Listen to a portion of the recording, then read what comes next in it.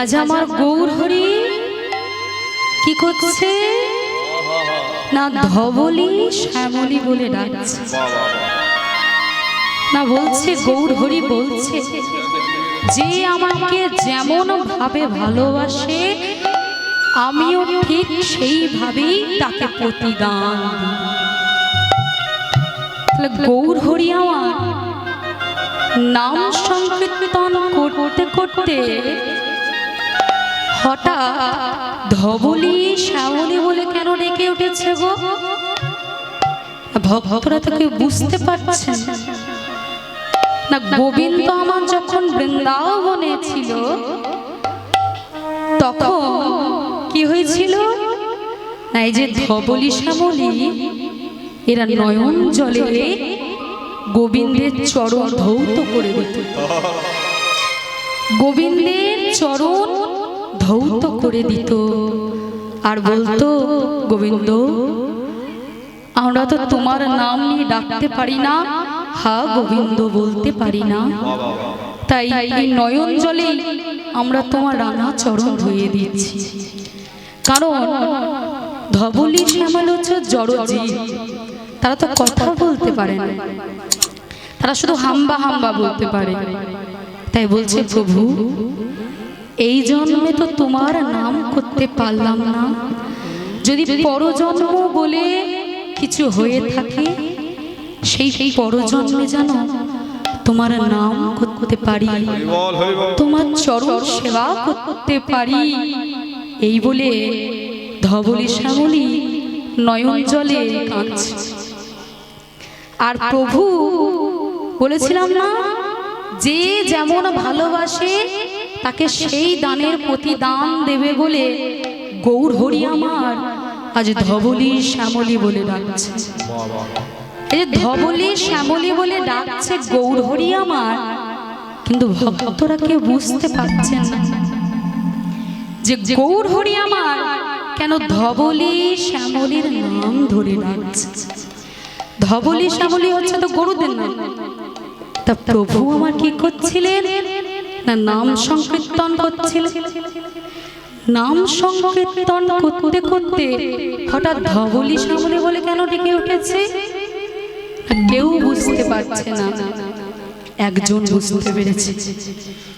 সে একজনটা কে না নিত্যানন্দ প্রভু বুঝতে পেরেছে আজ গৌরাঙ্গের কোন ভাবের উদয় হয়েছে। তাই বলছে ও বুঝিয়া ভাবেরো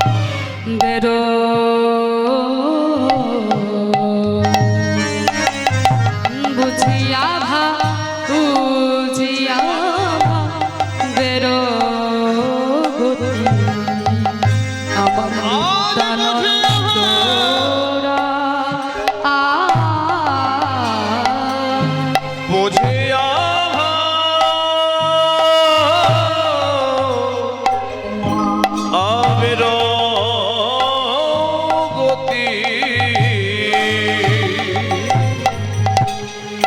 আমার নিত্যানন্দ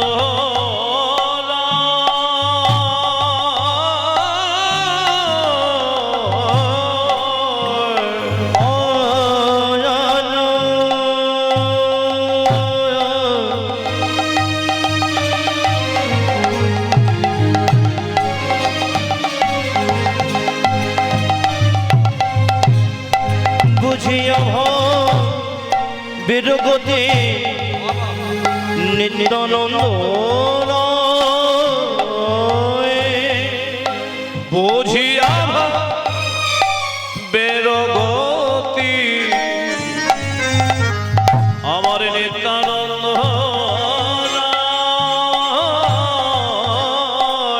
বলি কে বা বুঝিবে বুঝিবে বলি কে বা বুঝিবে বলি কে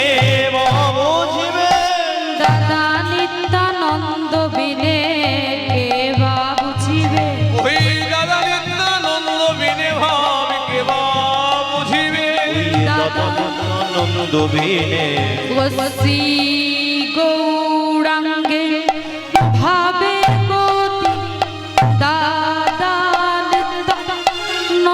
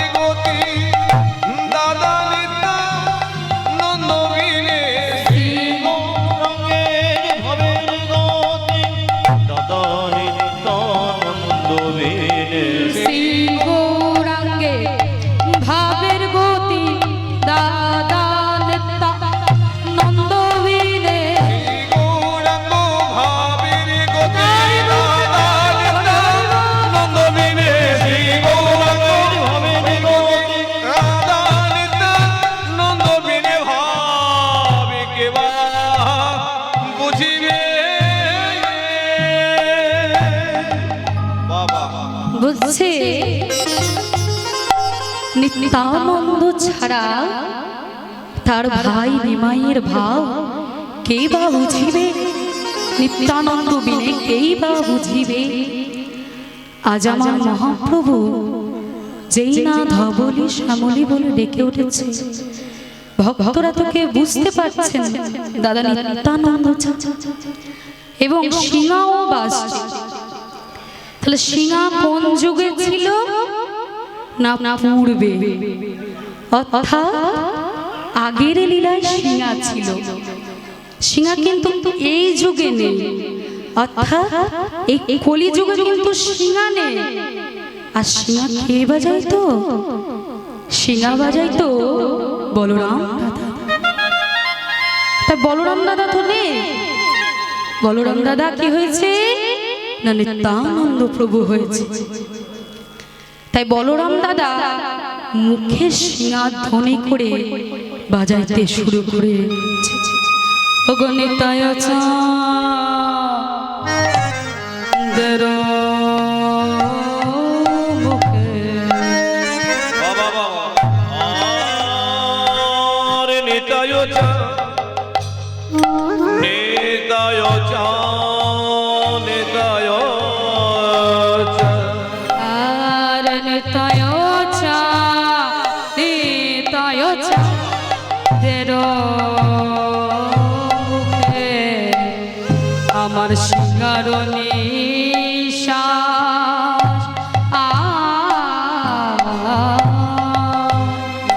আজ নিতাই নিতাই আজ নিতাই চাঁদের মুখে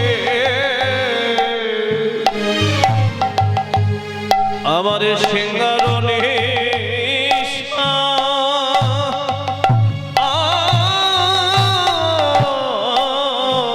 ওগো শুনিয়া কত গান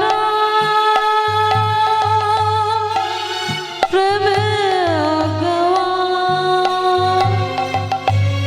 আজ শুনিয়া ওই শুনিয়া আজ শুনিয়া আজ ভক্তগণ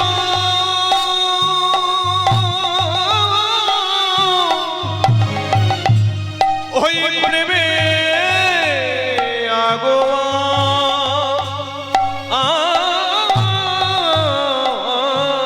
তারা মুরচিত হলো গো আজ মুরছিত হলো তারা মুরচিত হলো গো আজ মুরছিত হলো ওই সিংহার সম্বোধ শুনে মুরচিত হলো গো ওই সিংহার শব্দ শুনে মুরছিত হলো গো ওই সিংহার শব্দ শুনে মুরছিত হলো গো ওই সিংহার শব্দ শুনে কি হয়েছে না সিংহার শব্দ শুনতে পেয়ে সবাই মূর্ছা গিয়েছে। না বলবে এটা একটু বাড়াবাড়তি হয়ে গেল না? সিংহার শব্দ শুনতে পেয়ে কেউ কি অজ্ঞান হয়ে যায়? অজ্ঞান হয়ে যায় না গো। সিংহার শব্দ শুনতে পেয়ে সবাই মূর্ছা গিয়েছে। বলছে কে এমন করে সিংহা বাজাইছে যার সিংহার ধ্বনি শুনে সবাই মূর্ছা যাচ্ছে? কে বাজাই গো, কে বাজায় গো, কে বাজাই গো, কে বাজায় গো, অমন করে সিংহার শব্দ কে বাজাই গো। ওই এমন করে সিংহার শব্দ কে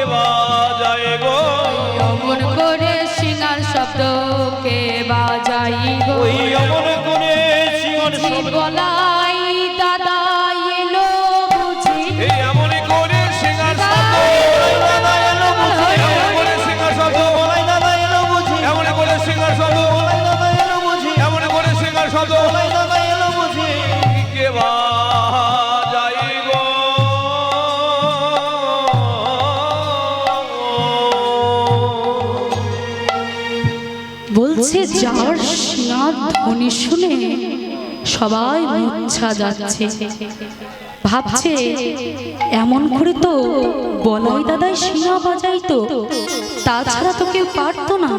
তাহলে বলছে বলাই দাদাই সিঙার শব্দ শুনতে পেয়ে যে যেখানে ছিল সকলে চলে আসছে। কে আসছে? ওগো ধাই লোপ দিত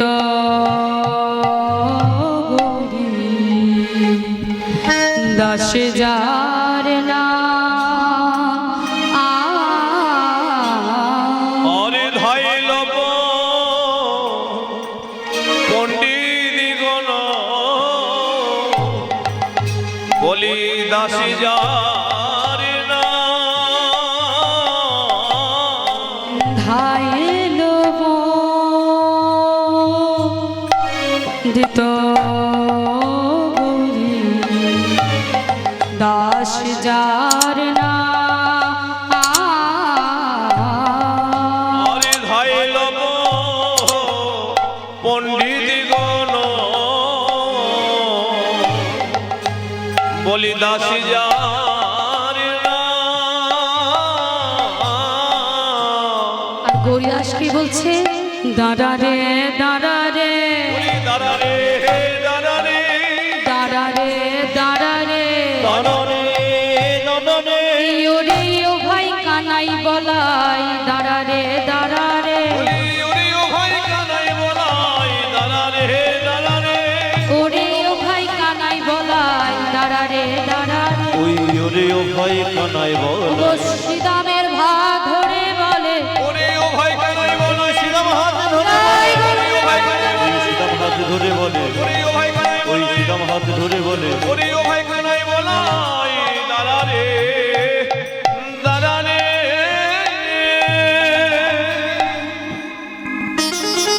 এবার কে আসছে না? গৌরীদাস পণ্ডিত। এই গৌরীদাস পণ্ডিত কে ছিল না? গৌরীদাস পণ্ডিত আগের জন্মে অর্থাৎ পূর্বে ছিল সুবল সখা। সেই সুবল সখা গৌরীদাস পণ্ডিত রূপে জন্মগ্রহণ করেছে। কৃষ্ণ লীলায় যত যত সহচর ছিলেন, যাদের নিয়ে গোবিন্দ আমার এই ব্রজলীলা করেছিলেন, তারা সকলে এসেছে। সবাই দেহটা পরিবর্তন করে এসেছে। ভগবান শ্রীকৃষ্ণের প্রিয় সখা হচ্ছে সুবল, এবং গৌরাঙ্গ মহাপ্রভুর প্রিয় সহচর হচ্ছে গৌরীদাস পণ্ডিত। এবং গৌরাঙ্গ মহাপ্রভু এবং নিত্যানন্দ মহাপ্রভু কি করেছে না? গৌরীদাসের বাড়ি বেড়াইতে গিয়েছে। আমরা যাই না? যাই না আমরা? মামার বাড়ি, মাসির বাড়ি, পিসির বাড়ি যাই তো। তা সে ভগবান বলে কি যেতে পারে? সেও তো গিয়েছে। এবার গিয়েছে, 2-4 দিন থেকেছে। 2-4 দিন থাকবার পর মহাপ্রভু গৌরীদাসকে বলছে, গো গৌরীদাস, এবার আমাদের বিদায় দাও, এবার আমাদের বিদায় দাও। বলছে সে কি প্রভু, তোমরা 2 ভাই আমার বাড়ি থেকে চলে যাবে? তোমরা 2 ভাই যদি আমার বাড়ি থেকে চলে যাও, আমি তো আর প্রাণে বাঁচবো না। তোমরা 2 ভাই যদি আমার বাড়ি থেকে চলে যাও, আমি তো আর প্রাণে বাঁচবো না প্রভু। তখন মহাপ্রভু আমার বলছে, সে কি গৌরীদাস, আমাদের কি চিরকাল থেকে গেলে হবে? আমাদের তো কত কাজ বলো, এই যে দাঁড়ে দাঁড়ে নাম বিলাইতে হবে, কলি জীবকে উদ্ধার করতে হবে। তখন গৌরীদাস পণ্ডিত বলছে, প্রভু আমি যে সব আপনকে পর করে তোমায় আপন করেছি, আজকে তুমি আমার হাত ছেড়ে দিচ্ছ, আজকে তোমরা দু ভাই আমার বাড়ি থেকে চলে যাচ্ছ। আমার কি ইচ্ছা জানো, আমি যখন ঘরের বাইরে যাব, তোমাদের দু ভাইয়ের বদন দর্শন করে ঘরের বাইরে যাব, আবার ঘরের বাইরে থেকে যখন আমি ঘরে আসব, তোমাদের দু ভাইয়ের বদন দর্শন করব। তাহলে তোমরা দু ভাই যদি চলে যাও, আমি তো প্রাণে বাঁচব প্রভু। তখন মহাপ্রভু বলছে কিছু একটা উপায় বার করতে হবে আমাকে। কি উপায় বার করলো না, একটি কাঠের মিস্ত্রি রেখে আনলো। কাঠের মিস্ত্রি রেখে কি করলো না, গৌরাঙ্গ মহাপ্রভু এবং নিত্যানন্দ মহাপ্রভু বিগ্রহ বানানো হলো কাঠের। এবার গৌরীদাস পণ্ডিতকে বলছে, গৌরীদাস তুমি এবার কোন নিতাই গৌর নেবে? আসল নিতাই গৌর নেবে না কাঠের নিতাই গৌর নেবে? কোন নিতাই গৌর নেবে? তখন বলছে, প্রভু আমি যদি আসল নিতাই গৌর পাই, তাহলে আমি কেন কাঠের নিতাই গৌর নেব? আমি আসল নিতাই গৌরই নেব। যে ঠিক আছে, তুমি যেই দুটিকে নেবে সেই দুটিকে হাতে ধরে সিংহাসনে বসিয়ে দাও। প্রভুর কথা মতো গৌরদাস কি করলো না, আসল নিতাই গৌরকে হাতে ধরে সিংহাসনে বসিয়ে দিল। আর নিচেতে কোন দুটি ছিল? কাঠের নিতাই গৌর ছিল। এবারে কাঠের নিতাই গৌর কথা বলতে গেছে, গৌরদাস তাহলে এবার আমরা আসি, আমাদের বিদায় দাও, এই বলে চলে যাচ্ছে। তখন গৌরদাস ভাবছে, আচ্ছা আমি কি ভুল করলাম? আমি কি কাঠের চিনতে গিয়ে, আমি কি আসল চিনতে গিয়ে কাঠের চিনে বসলাম? আমি কি ভুল করলাম? যেই না দরজার কাছে গিয়েছে, তখন বলছে, প্রভু প্রভু দাঁড়াও, আমি এই নিতাই গৌর নেব না প্রভু। যে দুটি হেঁটে চলে যাচ্ছে আমি সেই নিতাই গৌর নেব। ঠিক আছে গৌরদাস, তুমি যেই নিতাই গৌর নেবে সেই দুটিকে হাতে তুলে সিংহাসনে বসিয়ে দাও। আর সিংহাসনে যেই দুটি ছিল সেই দুটিকে নামিয়ে দাও। প্রভুর কথা মতো করেছে। এবার যেই দুটিকে নামিয়ে দিয়েছে সেই দুটি এবার কথা বলতে লেগেছে। সেই দুটি এবার বলছে, গৌরদাস তাহলে আমাদের বিদায় দাও, আমরা আসি, এই বলে চলে যাচ্ছে। যেই না দরজার কাছে গিয়েছে, বলছে, প্রভু প্রভু দাঁড়াও, আমি নিতাই গৌর নেব না। যে দুটি হেঁটে চলে যাচ্ছে আমি সেই নিতাই গৌর নেব। ঠিক আছে গৌরদাস, তুমি যেই নিতাই গৌর নেবে সেই দুটিকে হাতে তুলে সিংহাসনে বসিয়ে দাও। আর সিংহাসনে যেই দুটি ছিল সেই দুটিকে নামিয়ে দাও। এবার গৌরীদাস আর বুঝতে পারছেন না কোনটা আসল কোনটা কাঠের নিতাই গৌর। গৌরীদাসের ভ্রম লেগে গেছে। গৌরীদাস আর বুঝতে পারছেন কোনটা আসল কোনটা কাঠের। যখন গৌরীদাসের ভ্রম ভাঙলো, তখন গৌরীদাস বুঝতে পারলো যেই স্বরূপ সেই বিগ্রহ। বিগ্রহ আর স্বরূপের মধ্যে কোনো তফাৎ নাই, কোনো ভেদ নাই। যদি বাড়িতে একটা ক্যালেন্ডার থাকে, সেই ক্যালেন্ডারে বিগ্রহটাকে যদি আমরা মন প্রাণ দিয়ে ডাকতে পারি, ভক্তি ভরে ডাকতে পারি, সেই সাড়া দেবে। আর যদি মন্দিরে যায়, মন্দিরে বিগ্রহের সামনে যদি ঘটাপটা করে পুজো সাজিয়ে নিয়ে যায়, আমাদের মনে যদি ভক্তি থাকে, তাহলে কি সাড়া দেবে? দেবে না। তুমি যেখানেই থাকো না কেন, সেখান থেকে যদি গোবিন্দকে ডাকো, গোবিন্দ তোমাকে সাড়া দেবে। আর এই যে আমি গল্পটা বললাম, এটা হচ্ছে সত্যি ঘটনা। নবদ্বীপ স্টেশনে দু-তিনটে স্টেশনের পর অম্বিকা কালনা, সেই কালনাতে এখনো আমার নিতাই গৌরের বিগ্রহ প্রতিষ্ঠান হয়েছে। নিতাই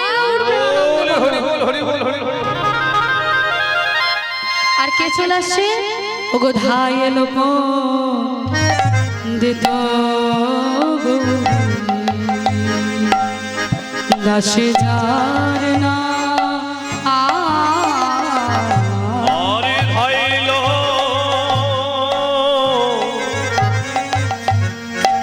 লসগৌরী আহা গৌরী দাসী যার না ও ভাইয়ারে ভাইয়ারে বলি ধায় অভিরাম। আরে ভাইয়ারে আয়ারে বলি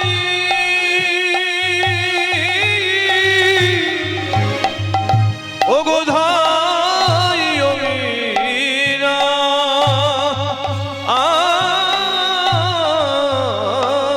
আমিও যাব রে বলি আমিও যাব রে দাঁড়া দাঁড়া একটু দাঁড়া আমিও যাব রে বলি দাঁড়া দাঁড়া একটু দাঁড়া আমিও যাব রে দাঁড়া দাঁড়া একটু দাঁড়া আমিও যাব রে দাঁড়া দাঁড়া একটু দাঁড়া ও গো শ্রীরামের ভাব ধরে বলে দাঁড়া দাঁড়া তাই গো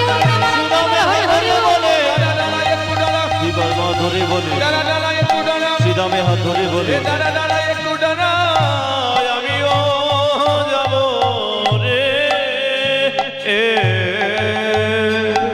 এবার কে চলে আসছে না না অভিরাম ঠাকুর অভিরাম ঠাকুর পূর্বে কে ছিল আমরা জানি পূর্বে ছিল শ্রীরাম সখা সে শ্রীরামের শ্রীপাঠ হচ্ছে হুগলি জেলার খানাকুল বলে একটি জায়গা সেখানে তার শ্রীপাঠ সেই শ্রীরাম চলে আসছে কৃষ্ণ লীলায় যত যত সহচর ছিল যাদের নিয়ে গোবিন্দ আমার এই ব্রজলীলা করেছিলেন তারা সকলেই এসেছে মাতা পিতা সখারা সকলেই এসেছে কিন্তু সবাই দেহটা পরিবর্তন করে এসেছে সবাই দেহটা পরিবর্তন করে এসেছে যেমন সুবল গৌরীদাস রূপে জন্মগ্রহণ করেছে সবাই দেহটা পরিবর্তন করে এসেছে কিন্তু গোবিন্দের এক সহচর ছিল যে কিনা কোনো দেহ পরিবর্তন করেনি সেই দাপুরে দেহ নিয়ে সরাসরি কলিযুগে এসেছে সেটা কে গো শ্রীরাম শ্রীরাম দাপুরে দেহ নিয়ে সরাসরি এই কলিতে এসেছে এবার হয়েছে কি গোবিন্দ যখন বৃন্দাবন ছেড়ে মথুরায় চলে গিয়েছিলেন তখন গোবিন্দের বিরহে এই শ্রীরাম কানাই কানাই কানাই কানাই বলে ডেকে যায় কানাই কানাই কানাই কানাই বলে ডেকে যায় সর্বক্ষণ কানাই কানাই বলে ডেকে যাচ্ছে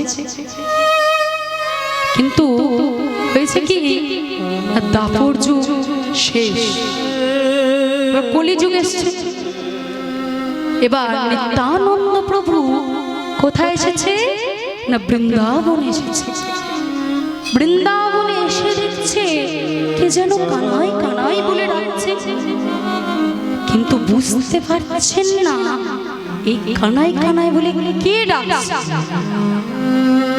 না তখন ওই গুহার কাছে কান লাগিয়ে দেখছে কে যেন কানাই কানাই বলে ডাকছে তখন নিত্যানন্দ প্রভু কি করেছে না সেই গুহার ভেতরে হাত ভরে টেনে বার করে এনেছে শ্রীরামকে তখনও শ্রীরাম কানাই কানাই কানাই বলে ডেকে যাচ্ছে গোবিন্দের বিরহে কানাই কানাই বলে ডেকে যাচ্ছে বুঝছে আমার কানাই কোথায় গো আমার কানাইকে কেউ দেখেছো আচ্ছা আমার কানাই কোথায় গো আমার কানাইকে কেউ দেখেছো আনন্দ প্রভু বলছে তুই কানাইয়ের কাছে যাবি ঠিক আছে আমি নিয়ে যাব তোকে কানাইয়ের কাছে কানাই তোমাকে যে ঠিক জানলাম না। আর আমি বলাই দাদা। ও বলাই দাদা, দুজনের মধ্যে একটি পরিচয় হয়ে গেল। কারণ কেন বুঝতে পারছিল না? না, দাপর যুগ শেষ, কলিযুগ চলে এসেছে। আর কলিযুগে তো বলরাম দাদা নেই, নিত্যানন্দ প্রভু হয়েছে, তাই বুঝতে পারছিল না। আর দাপর যুগের মানুষের হাইট কতটা ছিল? 4.5 হাত। আর কলি যুগের মানুষের হাইট 3.5 হাত।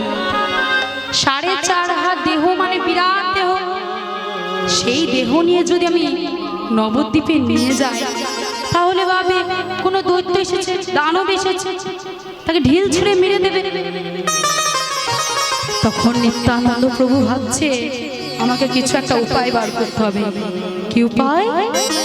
না, শ্রীরামকে বলছে, শ্রীরাম ভাই, তুই তো আমাকে অনেকবার যমুনা পার করে দিয়েছিস, এইবার আমাকে পার করে দে তোর পিঠে চাপিয়ে। এই বলে শ্রীরাম কি করেছে? না, নিত্যানন্দ প্রভুকে পিঠে চাপিয়েছে।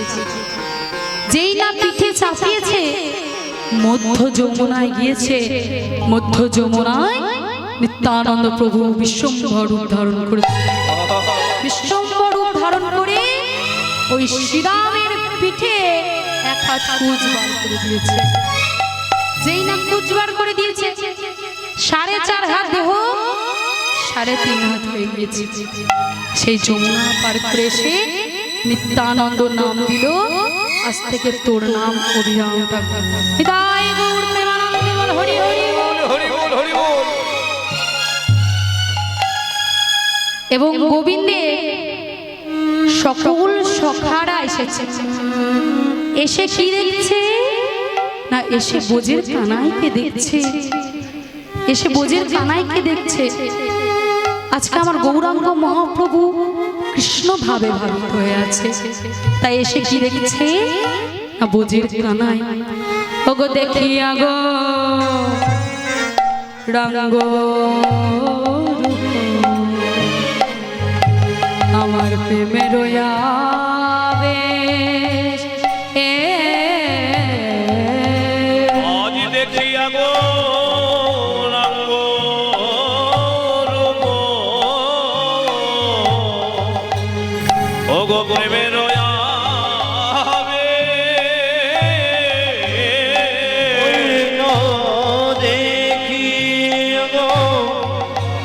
রঙ্গ রূপ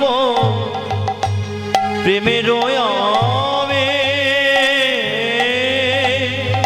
ওগো শিরে চূড়া শিখি পাখা নট গরবে, ওগো শিরে চূড়া, ওগো শিখি পাখা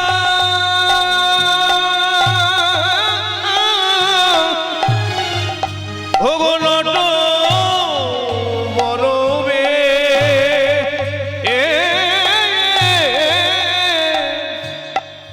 তাই মহাপ্রভুকে সাজিয়ে দিচ্ছে, গোষ্ঠের সাজে সাজিয়ে দিচ্ছে। মাথায় কি দিচ্ছে? চূড়াতে ময়ূরপুচ্ছ, মাথায় চূড়াতে ময়ূরপুচ্ছ লাগিয়ে দিচ্ছে। শিরে চূড়া শিখি পাখা নট বরবে, আরে শিরে চূড়া, ওগো শিখি পাখা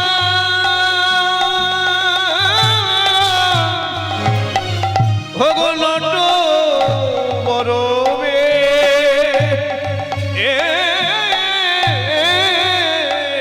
তেমনি ভাবে সাজালো, কিভাবে সাজালো, তেমনি ভাবে সাজালো, এমনি ভাবে সাজালো।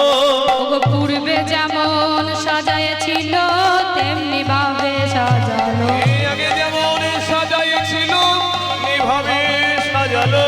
পূর্বে যেমন সাজাইছিল তেমনি ভাবে সাজালো। আর পূর্বে যেমন সাজাইছিল সেই গোষ্ঠ গমন কালে হৃদয় গৌর প্রেমানন্দে বল হরি হরি বল। গোষ্ঠ গমন কালে যেমন সাজাইছিল, গোষ্ঠ গমন কালে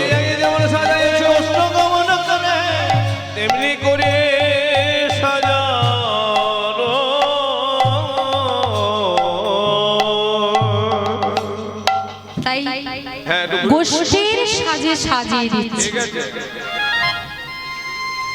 গোষ্ঠীর সাজে সাজিয়ে দিচ্ছে মহাপ্রভু আজ।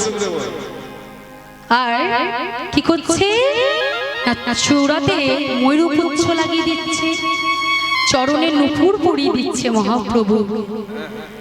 আর কি করছে? না সকল সখারা মহাপ্রভুর সর্বই অঙ্গে চন্দন মাখিয়ে দিচ্ছে।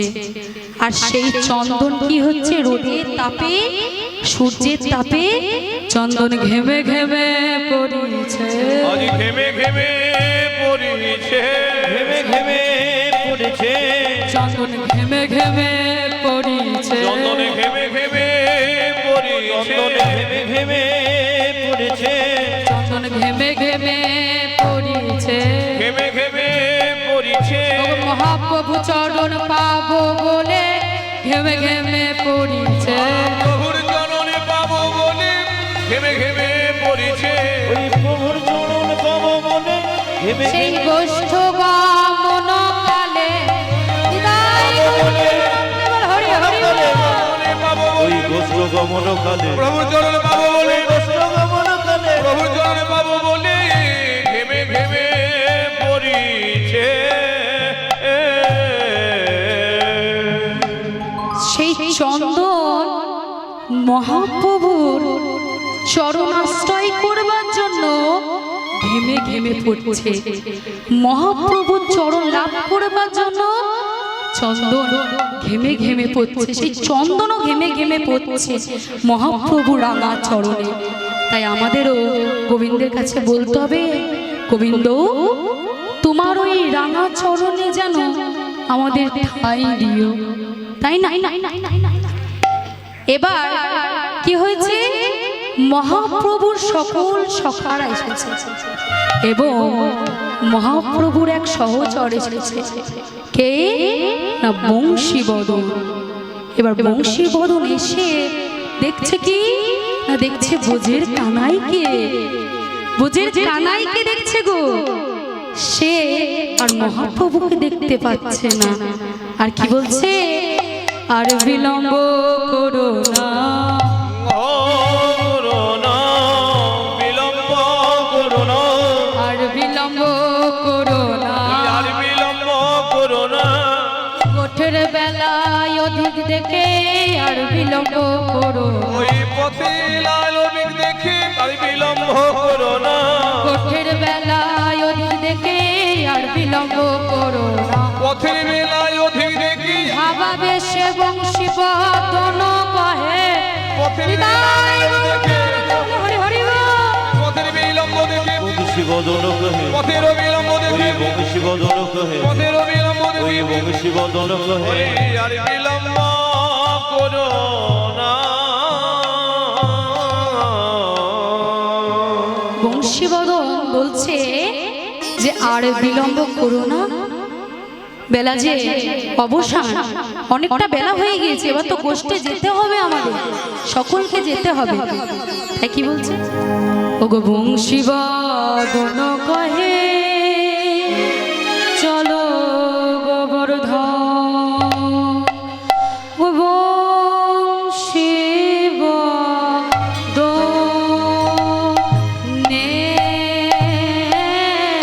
কহে চলো চলো গোবর্ধন।